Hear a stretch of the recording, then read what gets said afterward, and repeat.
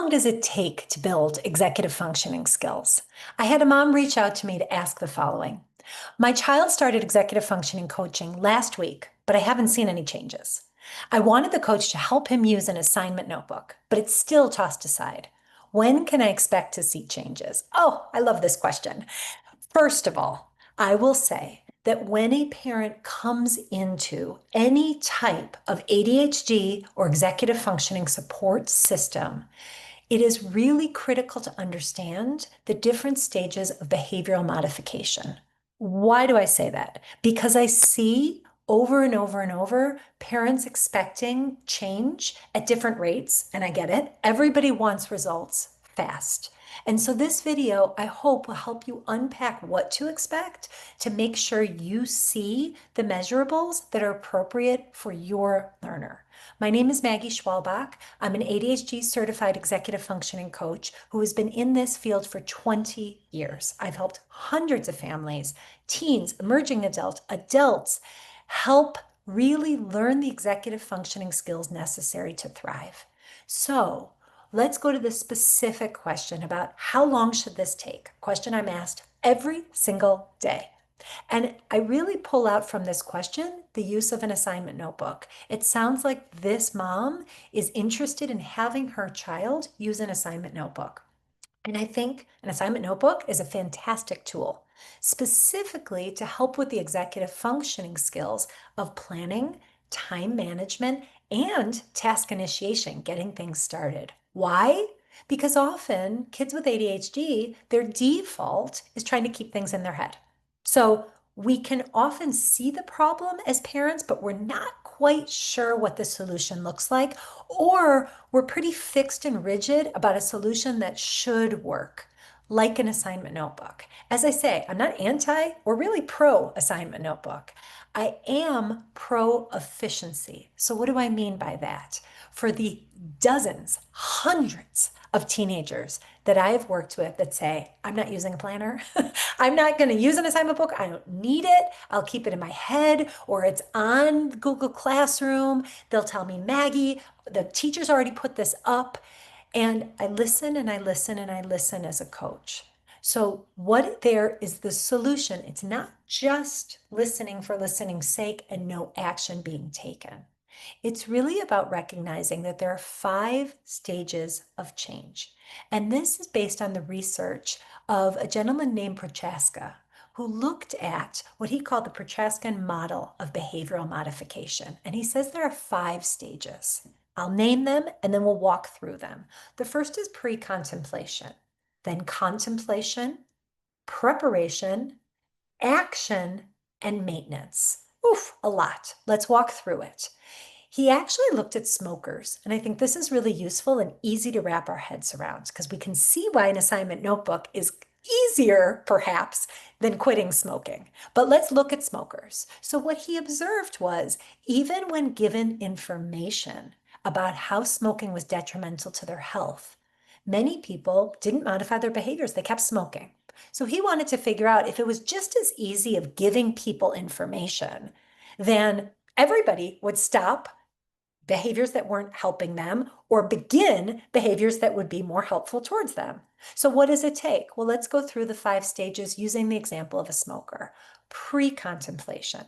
Those that are in this stage of behavioral modification tell themselves a statement like, I am a smoker. I'm not even going to consider or contemplating changing that.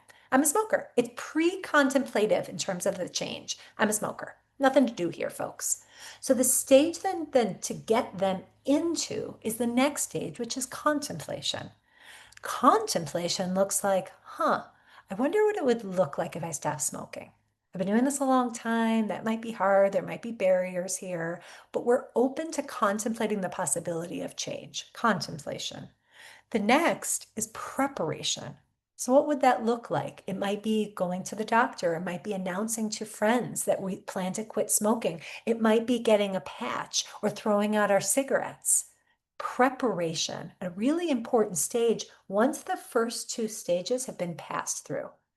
And then we go to the stage that all parents instantly want to go into and all people want to instantly go into, which is action. Action is actually stopping the smoking. Action is we're taking action on that intention. Easy here, we've stopped smoking. Let's go into the next stage, which is maintenance. And this is where the Prochaska model is so fascinating because what he shows is that when people slip from from action into maintenance, when they can't complete the maintenance, do they go right back into action? For example, when the smoker slips up and has a cigarette, we would hope that they'd have the self-compassion to say, nobody's perfect. I had a cigarette, but I'm really committed to going back into not smoking. We would hope that that's the case. What we see in research is we move all the way back into pre-contemplation. So the smoker has a cigarette, one cigarette, and goes, I'm a smoker. I don't know what I was thinking. I'm a smoker. I'll always be a smoker. I can't change this. It's too hard. Let's use that exact same example for an assignment notebook. I know it may seem trivial, but it's the same idea of behavioral modification through stages. If we start with the kiddo, and that may be your son, to the person who reached out to me, it may be your child who says, I'm never using an assignment notebook. They're stupid, they're dumb. Let's see if they've ever gone through the hard work of the stages and have zipped back to that stage. In my experience, that is often the case. They've tried and they can't maintain, so they go right back into the hardened protective shell of, I don't need this, it's stupid. So our job then in coaching is to move them from pre-contemplation, I'm not using an assignment notebook, into contemplation. How would it benefit me to have some system that I don't have to keep this in my head?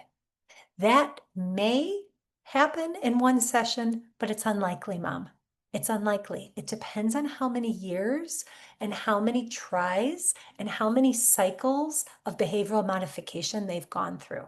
But let's keep going with the example so you can see some of the measurables and look for them. I'm not going to give you a timeline because it'll depend on your son, but I will give you stages so that you can mark where they are on the timeline. So we go from, I'm not using an assignment notebook, pre-contemplation into maybe I'd use an assignment notebook. Maybe there are benefits of using an assignment notebook into preparation. And here's where parents tell me, the amount of money I've spent in buying my kids all the tools that they just toss to the side. I hear you, I hear you, I hear you. I get it. They may not be in the preparation stage. That's why it's not working for yourself or your loved one. That's why. It's rarely the tool itself, though I am a good advocate for letting the individual choose the tool. Go to Target, go to the Container Store, get the tool that really calls to the student. When they're in preparation stage, they're much more likely to buy in and use it. Then we go into action.